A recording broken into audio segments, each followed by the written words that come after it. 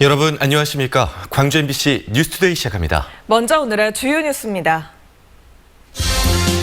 코로나19 백신을 접종받은 뒤에 확진 판정을 받는 사례가 잇따르고 있습니다. 방역당국은 백신을 맞았더라도 항체가 형성되기 이전에는 방역수칙 준수를 당부했습니다. 방역수칙이 강화되면서 공무원들의 회식과 모임이 전면 금지됐습니다. 공직사회에서도 시차 근무나 재택근무가 확대될 것으로 보입니다. 택배를 바로 수령하기 어려운 가구나 안전한 전달을 위해 안심택배 보관함이 설치되어 있지만 이용률은 저조하기만 합니다.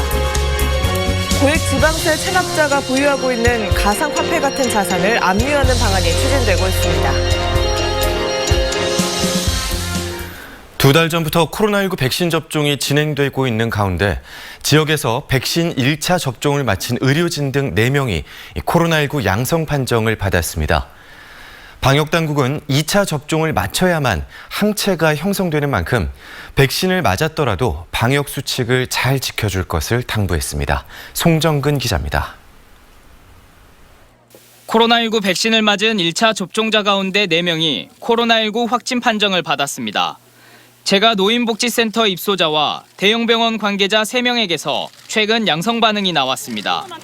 복지센터 입소자와 대형병원 협력업체 직원은 백신을 접종한 뒤 2주 안에 확진됐고 대형병원 간호사 2명은 백신을 접종한 뒤 한 달 뒤에 확진 판정을 받았습니다.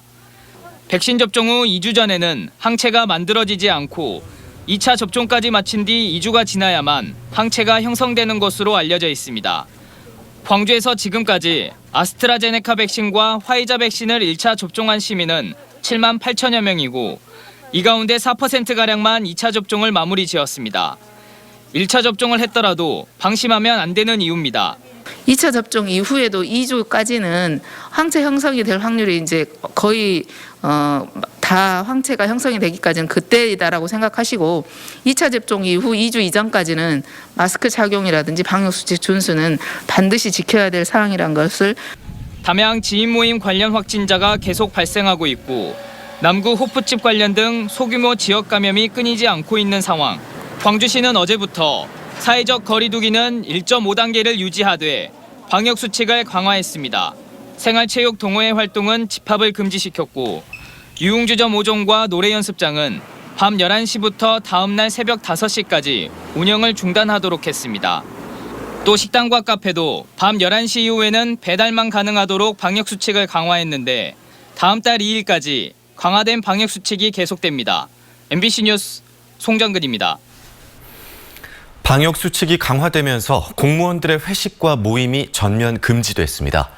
또 공직사회에서도 시차 근무나 재택 근무가 확대될 것으로 예상됩니다. 박민주 기자입니다. 정부가 앞으로 일주일간을 특별 방역관리 주간으로 지정했습니다. 기존 5인 이상 모임이 금지됐던 방역 지침이 강화돼 다음 달 2일까지 공무원의 회식과 모임을 전면 금지했습니다. 코로나19 확진자 증가세에 반전을 도모하겠다는 입장입니다. 지자체별로 지역 축제를 포함한 불필요한 행사나 대면 회의를 자제하는 후속 조치에 나섰습니다. 정부의 특별 방역 관리 주간 지정에 따라서 우리 여수시 공무원들도 공적 사적 모임을 5월 2일까지 일체 금지해서 방역 조치 이행에 우리 공무원들이 솔선수범해 나가도록 하겠습니다. 이달 들어서만 63명의 확진자가 발생한 순천시는 주말 신규 확진자가 발생하지는 않았지만 방역의 긴장감을 높이고 있습니다. 광주와 전남 서부권이 코로나19 확산세를 보이면서 지리적으로 이동 접촉이 우려되고 있기 때문입니다. 방역당국은 안심할 수 있는 단계는 아니라며 공직은 물론 민간 영역에서의 거리 두기를 호소하고 있습니다. 우리 시 인근 광주광역시를 포함해서 목포, 무안 등 전남 서부권에서도 확진자가 지속적으로 발생하여 긴장을 놓칠 수 없는 상황입니다. 공무원의 사적 모임 금지에 이어 동북권시군은 재택근무나 시차 출퇴근 제도 확대 적용도 검토하고 있는 상황. 정부와 지자체 특단의 방역관리 조치가 코로나19 확산세를 꺾을 수 있을지 주목됩니다. MBC 뉴스 박민주입니다. 날이 흐린 가운데 건조한 날씨는 계속되겠습니다. 어제보다는 건조함이 수그러들긴 했지만 광주를 비롯해 전남 내륙 곳곳에서 건조주의보가 발효 중인 상태입니다. 각종 화재 사고에 각별히 주의하셔야겠습니다. 한편 오늘 오후 들어서는 비가 지나겠습니다. 남해안을 중심으로 오후 3시부터 6시 사이 5mm 안팎의 비가 지나겠고요. 그 밖에 광주와 전남 내륙을 중심으로도 산발적인 빗방울이 떨어지겠습니다. 한편 어제와 오늘 고비 사막에서 황사가 발원했습니다. 황사먼지가 북서풍을 타고 유입되면서 내일부터 영향을 받을 가능성이 있으니까요. 미세먼지를 포함한 기상정보 확인 잘 하셔야겠습니다. 포근한 날씨는 오늘도 계속됩니다. 광주의 아침 기온 12도 안팎으로 시작했고요. 한낮 기온 22도로 아침 기온과 낮 기온 모두 어제와 비슷하겠습니다. 날씨 정보였습니다. 택배를 바로 수령하기 어려운 가구나 안전한 전달을 위해 광주 곳곳에 안심택배 보관함이 설치되어 있습니다. 그런데 이용률이 저조하다고 하는데요. 안심택배 보관함의 위치 선정 때문이라는데 어떤 문제가 있는 건지 이다현 기자가 취재했습니다. 광주의 한 안심택배 보관함. 택배기사가 지정한 비밀번호를 입력하면 고객이 물건을 찾아갈 수 있도록 설계돼 있습니다. 택배기사 사칭 범죄를 막고 범죄에 취약한 계층이 안심하고 쓸 수 있도록 지난 2015년부터 설치되기 시작했습니다. 하지만 취재진이 유동인구가 많은 대학가의 안심택배함을 2시간 정도 지켜봤지만 이용자는 한 명도 없었습니다. 오늘 처음 본 것 같아요. 네. 광주시에서 이런 거 하고 있는 것 자체를 네, 오늘 처음 알았어요. 안심택배 보관함은 현재 광주시에 총 20군데 있습니다. 올해 5개가 추가로 설치될 예정인데 이용률은 아직까지 미미한 수준입니다. 광주 지역에 설치된 안심택배함 20곳 가운데 11곳은 주민센터와 행정복지센터, 보건소 등 관공서 앞에, 4곳은 어린이 청소년 문화시설에 설치돼 있습니다.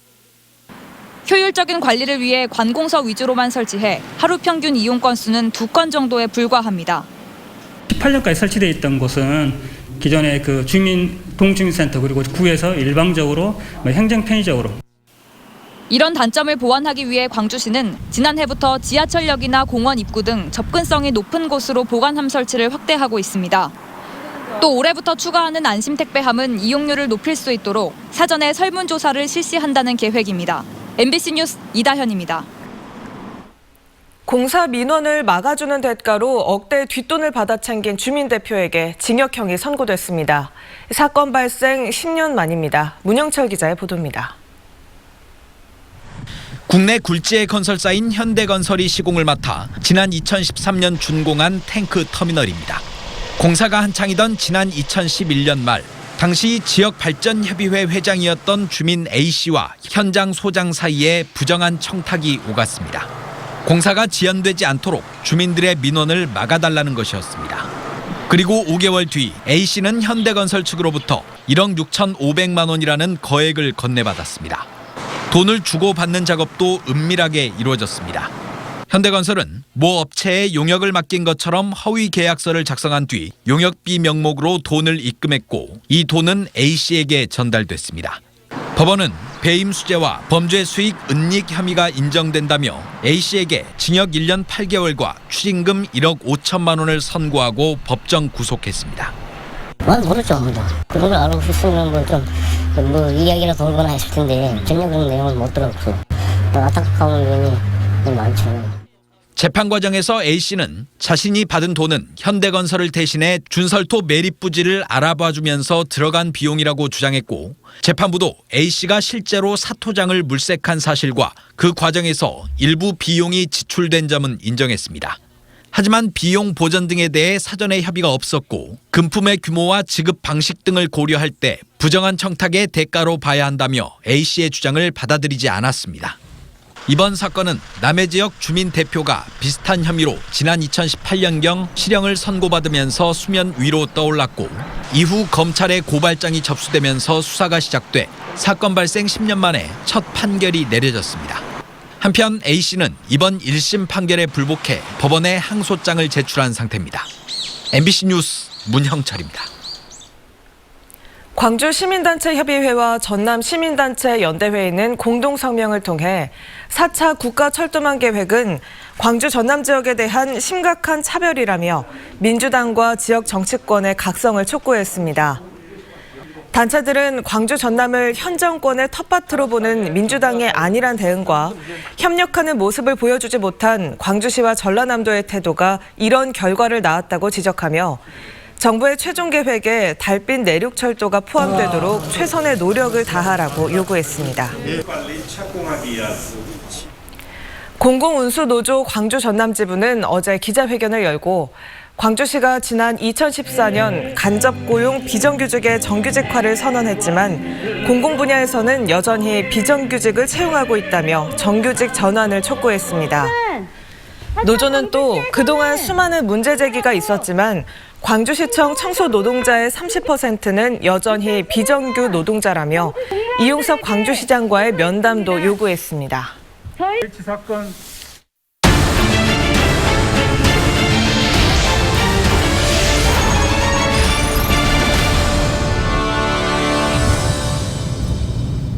전국 최초로 신안군에서 오늘과 내일 신재생에너지 개발이익 배당금을 주민들에게 지급해 관심을 모으고 있습니다. 배당금은 모두 신안사랑 상품권으로 지급이 돼서 그 경제적 이익이 신안 지역으로 고스란히 돌아오도록 설계가 돼서 일석이조의 효과가 기대됩니다. 김윤 기자가 취재했습니다. 지난해 12월부터 상업발전에 들어간 신안군 자라도 태양광 발전소입니다.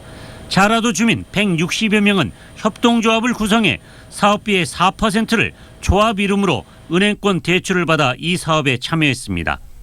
은행권 대출은 발전 사업자가 신용과 담보, 대출 상환은 물론 파산 때에도 모두 책임을 지는 구조로 짜였습니다. 태양광 발전소에서 상업 발전을 시작한 뒤 4개월여 만에 8,100여만 원의 수입이 발생해 협동조합 주민들에게 개발이익 배당금이 실제 지급됐습니다. 상품권으로 배당된 올해 첫 금액은 한 사람의 최고 51만 원으로 4인 한 가구에 최고 200여만 원이 넘습니다. 돈 구경하기가 쉽지 않은 섬 주민들은 지급된 배당금에 한바구음을 감추지 못했습니다. 또 비료도 사고 이제 뭐 농산물 거시기도 이제 또 그 대비하려 사기 위해서 거름도 사고 해가지고. 사실 지금 여태까지는 꿈같이만 생각했는데 오늘 막상 배당금을 받고 보니까 참 너무나 기쁘고 참. 전국 최초로 신재생에너지 개발이익 배당금을 받는 섬 주민들은 자라도와 안자도 등 1,800여 명. 신안군은 오는 2030년 8.2기가와트 해상풍력 사업이 계획대로 완성되면 주민 모두에게 배당금을 줄 수 있을 것으로 기대하고 있습니다. 그분들의 실질적인 평생연금으로서의 성과를 줄 뿐 아니라 외지에서 인구 유입에도 도움이 될 걸로 생각이 됩니다. 특히 지난 2018년 전국 최초로 신재생에너지 개발이익 공유제도를 제정해 주민 배당금 지급에 발판을 마련한 신안군이 증세 없는 평생연금 제도를 향해 한 걸음씩 나아가고 있습니다. MBC 뉴스 김윤입니다. 이재명 경기도지사가 제안한 기본소득 지방정부협의회에 광주 전남의 6개 기초자치단체가 참여한 것으로 나타났습니다. 기본소득을 정책화하는 논의기구인 기본소득 지방정부협의회에는 광주시의 전체 자치구, 전남에서는 유일하게 순천시가 참여하는 등 전국 74개 자치단체가 이름을 올렸습니다. 이들 지자체는 기본소득 개념에 대한 긍정적인 입장을 보이면서도 정치적 해석으로 확대되는 것은 경계하고 있습니다. 광주시가 고액 지방세 체납자가 보유한 가상자산을 압류하기로 했습니다. 광주시는 500만 원 이상 지방세 체납자 1,100여 명을 대상으로 거래소 4곳에 가상자산 보유 여부를 조회한 뒤 확인 즉시 압류해 체납액을 징수할 예정이라고 밝혔습니다. 광주시는 암호화폐 거래소 등 가상자산 사업자도 기존 금융회사가 준수하는 의무를 이행하도록 특정금융정보법이 개정되면서 체납자 가상자산 압류에 법적 제도적 기반이 마련됐다고 설명했습니다. 광주시가 다음 달 3일부터 지정동물병원에서 광견병 예방접종을 실시합니다. 접종 대상은 동물 등록제에 등록된 반려견으로 다음 달 16일까지는 평소보다 저렴한 금액으로 접종받을 수 있습니다. 지정 동물병원 91곳은 광주시 홈페이지나 120 콜센터를 통해 확인할 수 있습니다. 시즌 초반 선두권 혼전이 펼쳐지는 프로야구. 기아 타이거즈는 매경기 살얼음판 승부를 연출하고 있습니다. 그렇지만 홈런 갈증 해소와 4, 5 선발 찾기는 기아의 올 시즌 성적을 좌우하는 가늠자가 될 것으로 보입니다. 한신구 기자의 보도입니다.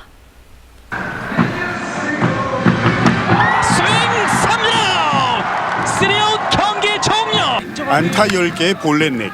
그러고도 고작 2득점.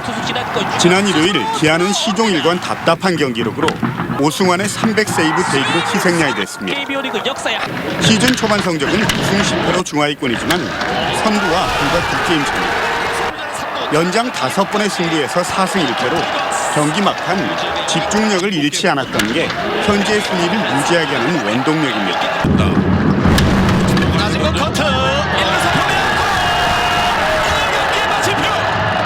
그렇지만 불펜진의 잦은 등판으로 과부하가 심해서 선두권 싸움에 불안 요소로 남아 있습니다. 시즌 초반 홈런 등 장타력 빈곤도 심각한 수준입니다. 몸쪽 공 끌어당깁니다. 이번에 멀찌감치 넘어갑니다.